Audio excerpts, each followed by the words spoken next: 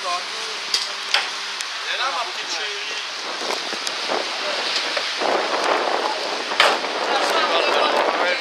Moi j'ai froid. Ça va bien, mon petit cœur de beurre. Il est chaud, hein. Moi, je veux bien un thé citron. Avec du citron. J'avais su que la télé serait venue, monsieur. Oui, je me serais rasé. Vous êtes magnifique. Mais voilà, voilà. Alors, monsieur Van der Wouwer, Prenez un verre pour moi, monsieur. c'est déjà fait. C'est déjà fait sur votre compte. Hein. Voiture très joueuse. Bah, les conditions climatiques vont être très difficiles pour une première, mais bon, c'est pour tout le monde pareil. On a vraiment beaucoup travaillé et on a bien fait de s'inscrire dans le critérium parce que s'engager directement un spécial pour organiser 200 km avec une toute nouvelle auto, c'est mieux de faire comme on l'a fait ici. C'est plus amusant une traction ou une propulsion Une propulsion. dans ces conditions. De toute façon, ceci, c'est le sommet, hein, c'est un moteur central arrière. Propulsion, mais avec la position du moteur. C'est vraiment une super auto. Ce qui lui manquait, c'était un moteur. Et la pilote? Et maintenant, je pense qu'on a le moteur. Le pilote, c'est peut-être toi qui vas peut-être rouler à ma place. Non, en parlant de vous. Hein. Mais, voilà, donc maintenant, on a beaucoup de travail au niveau réglage suspension, puisqu'il y a quand même une différence de puissance. Voilà. Maintenant, le côté plaisir va commencer, donc, de faire du fignolage, etc. Parce que pendant 2 ans, on a vraiment galéré au niveau de la motorisation, on a cassé le moteur, on a tiré, on a remis au bord et tout. Donc ici, maintenant, ça va commencer à devenir le côté amusant. Les conditions, c'est des conditions que vous adorez ou que vous détestez? Dans les conditions que j'adorais avec l'ancienne, puisqu'on était vraiment sous-motorisé. Donc, mais ici maintenant, comme on a un moteur, je vais dire un peu comme la moyenne des concurrents, maintenant, quand la voiture sera vraiment réglée au niveau châssis, sous la pluie, on a quand même des gros avantages. Avec ce type de voiture. C'est pas 4 roues motrices, mais on a vraiment répartition des masses idéale. Du fait du moteur central. Central, le centre de gravité très bas. Les Italiens, il y a 30 ans d'ici, ils étaient en avance sur tout le monde. Hein. On a parlé des Porsche et des Escort, c'était des moteurs. Les Italiens, c'était des châssis. Donc, maintenant, on a le moteur. Il faut adapter le châssis. Vous jouez quand même une place pour le podium? On va rouler surtout pour développer la voiture. C'est pour ça qu'on s'est engagé en critérium. Autrement, on sera engagé en historique. Mais là, alors, on va jouer pour se battre tout à fait devant. Maintenant, c'est un grand point d'interrogation. Les conditions climatiques qu'on a avec les anciennes voitures, on jouait dans le top 10, quoi. Donc ici, normalement, on est dans le top 5 avec le moteur qu'on a. On verra, il y a beaucoup de choses à analyser, tu vois. À regarder, température d'huile, température d'eau. Parce que bon, on ne peut pas se permettre de casser un moteur. Merci bien.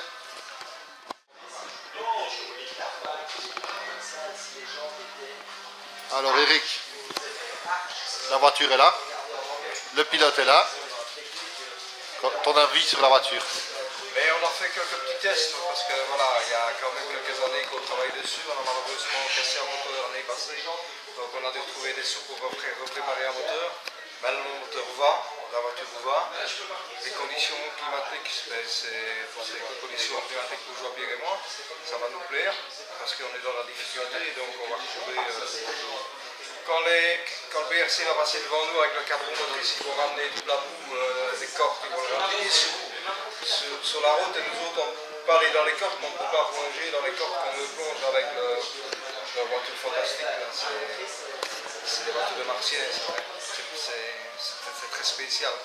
Donc voilà, ben nous autres on est avec notre Lancia. Normalement l'étape suivante ce sera Dinan pour Valérie, ici des Ardennes. ce sera 3 ponts pour moi. Et puis en plus, voilà, on a recontacté Fiat, ils m'ont redemandé pour passer. Donc normalement, si tout va bien, avec la 124 abarques avec laquelle on a roulé au Rallye du Condro, on devrait faire le Wallonie. Après Wallonie, on devrait faire l'Es-Belgium, le Rallye de Jalais, qui va fêter ses 15 ans, qui ont vraiment envie qu'on soit là parce que Jean-Pierre c'est l'enfant du pays. Et puis on refera le Condro, ça c'est sûr à 100%, le Condro avec la 124. Le rallye de Jalais a l'air très prisé, on en parle souvent. Ah oui, mais ça a toujours été un super rallye, hein, mais dans les belles années, il était devenu un rallye national, quoi. Il a très vite monté, bon, mais comme partout, maintenant les organisateurs ont non seulement des difficultés pour trouver des bourgmestres et des riverains qui laissent passer dans les routes, ça c'est le premier point difficile qu'ils ont. Et puis comme maintenant c'est le problème de l'argent, et quand on voit ce que coûte un rallye, voilà, l'idée le rallye du Condro, moi j'ai discuté avec les organisateurs de 500 000 €. 1 million, hein.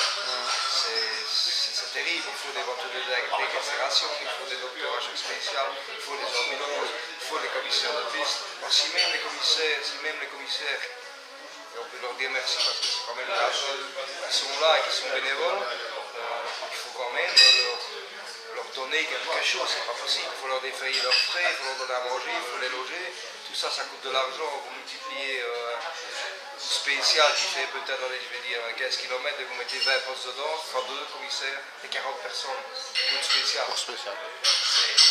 C'est devenu fou. Et nous autres, on a énormément de chance qu'on a beaucoup de bénévoles, que ce soit pour la carrosserie de la voiture, que ce soit pour la mécanique, que ce soit pour l'assistance, que ce soit tous les bénévoles qui viennent faire le catering chez nous, les chauffeurs navettes. Tous ces gens-là, merci, c'est grâce à eux qu'on roule. Alors que tu parles justement de bénévoles et du prix des rallyes, tu n'es pas censé ignorer tout le tintamarre qu'il y a eu autour du rallye de Trois Ponts. Ton sentiment là, sur ce bruit et puis maintenant le rallye annulé, rallye remis? Oh, mais je crois aussi que, comme je t'ai dit, c'est très difficile. Marc Demain est quelqu'un qui est un passionné, donc il s'est battu pour l'avoir, mais je crois aussi qu'on a un petit peu un problème de maintenant. On a tous ces gens qui viennent de la ville à la campagne pour être tranquilles, et ils n'étaient pas emmerdés par des coups de klaxon à feu rouge, mais seulement ils sont emmerdés parce qu'il y a des voitures de rallye qui passent. Alors c'est vrai, mais c'est comme avec tout. Tu vas quelque part, tu t'adaptes. Si tu vas dans un autre pays, je ne vais pas en Grèce pour manger un circuit de salade. Hein, on est bien d'accord. Tout le monde doit s'adapter. Maintenant, ce qui se passe aussi, il y a tellement de choses. Tellement de choses. Tous les week-ends, les gens peuvent être emmerdés par une course cycliste, par le carnaval, par tout ce qu'on veut. Et il y a de moins en moins de gens qui supportent tout ça. Voilà, c'est tout.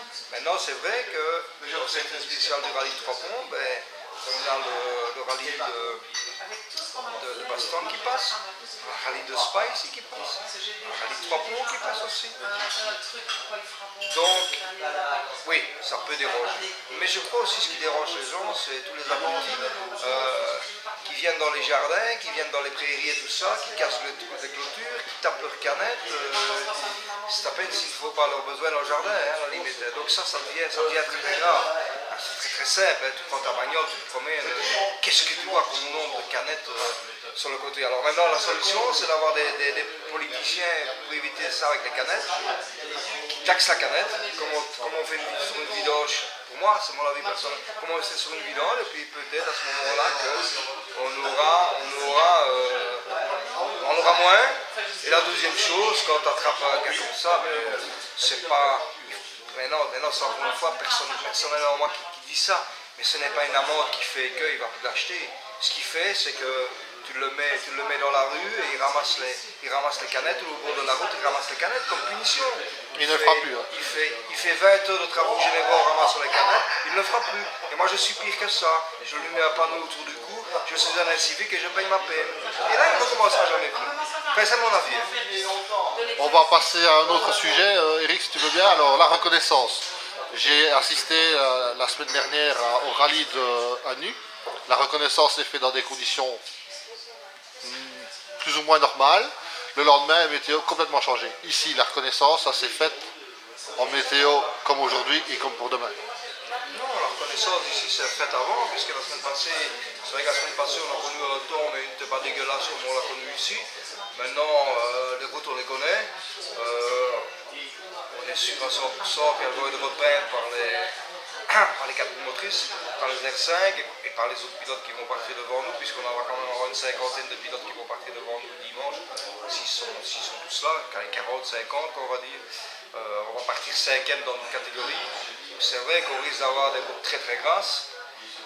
Ça va un peu changer, mais s'il y a quelque chose qui change, j'ai mon crayon dans la main et puis on va les prendre pour voir. Quand c'est comme ça, justement, alors la reconnaissance en soi, elle n'était plus d'utilité. Comme tu fais une reconnaissance et que les autres concurrents passent avant toi, la route va complètement changer. Non, elle va changer.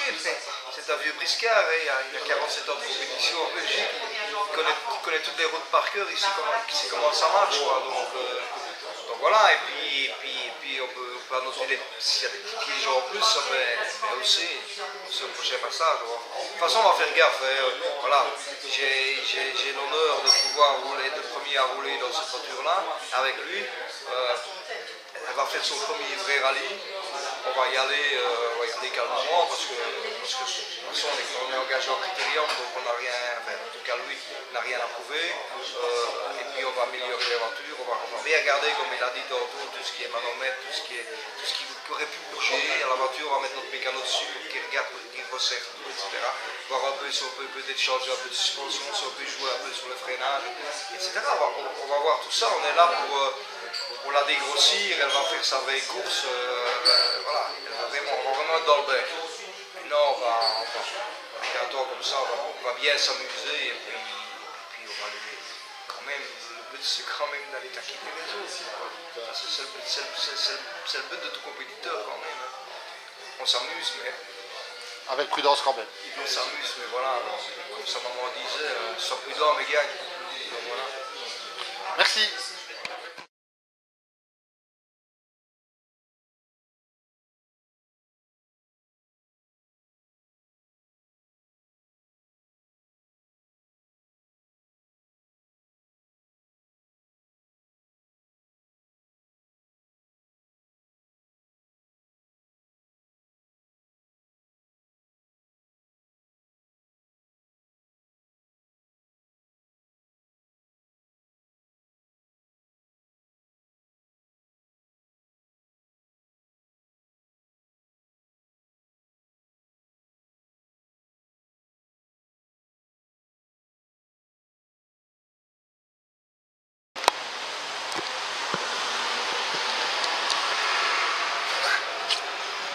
Voici ce que Jean-Pierre et Eric verront. Ouais. Alors voici Eric, il va nous faire une petite visite guidée de la voiture. Alors, mon poste c'est d'avoir devant moi les chronomètres. Donc les chronomètres que j'enclenche au départ de la spéciale, j'enclenche les deux, pourquoi? Parce que comme ça je sais le temps que je fais dans la spéciale. Et comme le départ de la spéciale jusqu'à la spéciale suivante, c'est-à-dire après le feuille finish à la liaison, mon chrono continue. Et si je peux dire à Jean-Pierre, voilà, il te reste 5 minutes. Il reste 5 minutes pour 5 km ou il te reste 5 minutes pour 10 km. Quoi. Donc lui il est au courant et c'est lui qui gère à ce moment-là la voiture. J'ai aussi devant moi un Tripmaster. Tripmaster avec le petit bouton ici pour remettre à zéro. Si c'est un rallye qu'on ne connaît pas, ben pas comme celui-ci évidemment, puisque j'y suis né à Spa. Je remets à zéro pour les changements de direction, les carrefours, les points de repère. Donc voilà. Là, il y a le total. Ici, il y a les intermédiaires. Et là, j'ai la vitesse à laquelle Jean-Pierre roule. Quoi. Donc voilà, donc je sais lui dire attention, ici c'est 50 et on risque peut-être d'avoir un flash quand on est en liaison. Ou bien alors, voilà, on est à 200 à l'heure, c'est quand même passé magnifique. Donc voilà. Donc le reste, moi je ne m'occupe pas beaucoup du reste. Quand on roule avec des voitures de location comme la Porsche ou la 124 ou la WRC, l'Octavia, j'avais des boutons à mes pieds sur mon plancher. C'est-à-dire j'avais un klaxon. Ça quand on est dans les parcs fermés, tout ça, tu as toujours beaucoup de monde, surtout au Condro. J'ai aussi l'essuie-glace et j'avais la remise à zéro de mon trip qui était à mes pieds. Donc voilà. Maintenant il y a le système radio qui est ici, puisqu'on a dans les casques bien évidemment, on a les interphones. Et on a aussi ce qu'on appelle les Mickey, ces deux coquilles qu'on est en liaison, parce que c'est comme une voiture à l'intérieur qui fait beaucoup de bruit. Extincteur automatique pour Jean-Pierre, et ici c'est un extincteur manuel, donc c'est obligatoire. Donc ça aussi c'est un petit peu mon travail. Voilà, pour déposer mes crayons, pour déposer mon carnet de route, ma petite serviette. Alors il y a beaucoup de pilotes qui prennent généralement un pneu de rechange. Et alors maintenant on ne tourne plus à la manivelle, on fait carrément à la visseuse électrique. Oui, tout à fait, oui, donc c'est-à-dire ce qu'il faut faire, que normalement on ne peut pas faire, mais on va le dire quand même. Généralement on essaie de se trouver dans des endroits pour changer son pneu où il y a du monde, style la place de WAM par exemple, des dalles de chevron, pardon, etc., etc. Pourquoi? Parce que ici on ne sont pas le cric. Ce sont les spectateurs et les fans qui font le cric, quoi. Donc ça va déjà beaucoup plus vite, on gagne déjà du temps. Ça, des boulonneuses, oui, on a des boulonneuses électriques maintenant, comme tout le monde, quoi. Alors ça dépend des catégories des voitures. Ici tu penses bien que je ne vois pas où on mettrait la roue à sa place d'origine qui est à l'arrière. Il n'y a plus de place pour la mettre. Devant, maintenant le réservoir s'y trouve. Donc il y a une roue dessous, il n'y en a pas deux, on en a qu'une. Donc si on crève, on ne peut pas crever une deuxième fois. Donc voilà, mais généralement, fou et crever, ça arrive, ça, qu'est-ce que tu veux, c'est comme ça, quoi. Autrement, voilà. Frein à main, changement de vitesse. Les changements de vitesse. Séquentiel non, pas boîte à crabot. Ah oui. Boîte à crabot. Elle reste, celle-ci, si tu veux, il y en a eu. La Beta Monte Carlo, c'est la 037 du pauvre.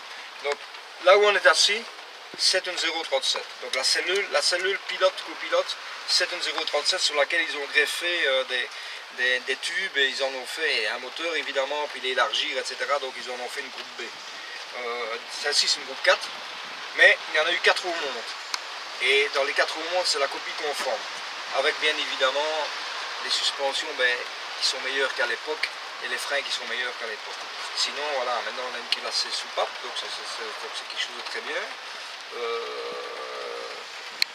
Voilà, beaucoup de couples. Je crois que c'est maintenant on va enfin. Déjà avant, on allait taquiner les Porsche et les Escort. Avec difficulté et avec tout le talent de Jean-Pierre, maintenant ça va aller mieux, quoi. Ça risque d'aller beaucoup mieux. Donc voilà. Merci. On verra bien. Jean-Pierre, pour rentrer là-dedans, faut pas être comme moi. Hein. Si, mais tu peux rentrer, mais tu ne sortiras jamais plus. Alors on te dira, tu t'amuses bien dans la voiture? Non, ben sors. Je ne sais pas. C'est une voiture de Piccolo, italien, et c'est comme ça. Je ne comprends même pas comment ils ont aujourd'hui. Expliquer un peu le fonctionnement de la voiture en quelques mots, son poste principalement. Ton poste, toi, il est simple. C'est le plus simple, moi. C'est tourner. Et surtout écouter ce qu'il dit. Alors ça c'est primordial. Si par exemple il me dit t'es gauche, je dois aller à gauche. Même si c'est à droite. Même si c'est à droite. C'est comme ça. Mais non, c'est le travail de copilote est un pilote ingrat. Très important parce que si tu veux gagner, il faut être deux dans la voiture. Je dis toujours que si tu n'es pas deux dans la voiture à tous les niveaux, c'est pas gagner de course. Donc c'est important. J'allais justement te poser la question. L'osmose entre le pilote et le copilote, c'est très important, même plus peut-être important que la voiture. C'est un tout, hein. Tu peux avoir l'osmose, comme tu dis, avoir une riquette, ça n'ira pas. Tu peux avoir une très bonne auto, ne pas avoir un beau coéquipier, c'est compliqué. C'est un tout, une voiture, un équipage, c'est un tout. Eric, calmer son pilote, c'est important des fois? Je ne le calme pas, hein. J'aime bien aller vite. Il m'excite. Voilà, je l'excite quand c'est les descentes, surtout. J'adore les descentes. Donc je me dis, montre quand tu as les grosses couilles, on y va. Et... Godasse. Jean-Pierre? On n'a jamais vu mes couilles.